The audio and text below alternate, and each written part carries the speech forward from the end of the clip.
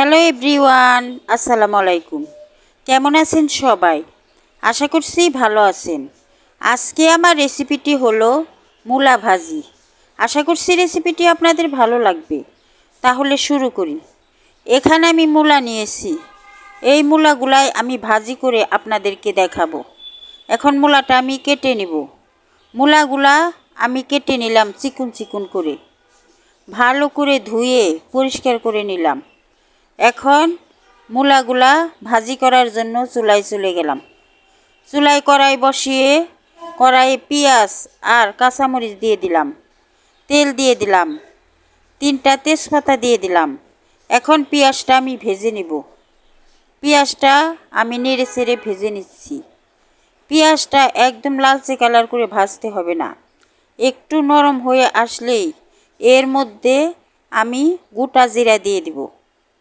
গোটা জিরাটা দিয়ে দিলাম 1 চামচ।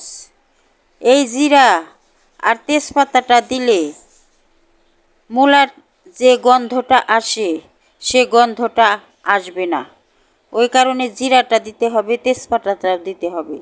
এখন মূলাগুলা আমি পেঁয়াজের সাথে দিয়ে দিলাম। আমি এখন স্বাদ মতো লবণ দিয়ে দিলাম। ধনিয়ার গুঁড়া দিলাম 1 চামচ, হলুদের গুঁড়া দিলাম 1 চামচ। আর কোনো মশলা এখানে ব্যবহার করব না। এখন নেড়ে চেড়ে আমি হলুদ আর ধনিয়াটা এই মূলার সাথে মিশিয়ে নিলাম। এখন ঢাকনা দিয়ে ঢেকে আমি ভাজিটা করে নেব। ঢাকনা দিয়ে এখন ঢেকে দিলাম 3-4 মিনিটের জন্য।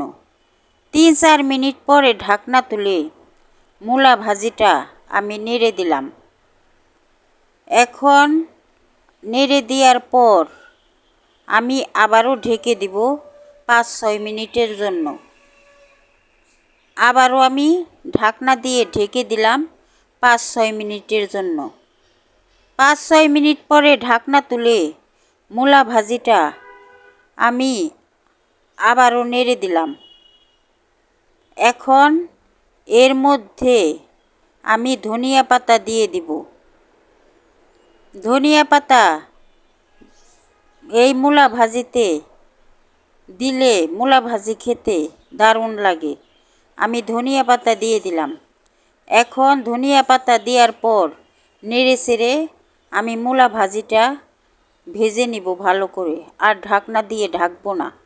আমার মূলা ভাজিটা প্রায় হয়ে গেছে, ওই কারণে আমি কিছুক্ষণ এইভাবে ভেজে চুলার থেকে আমি মূলা ভাজিটাকে নামিয়ে নিব।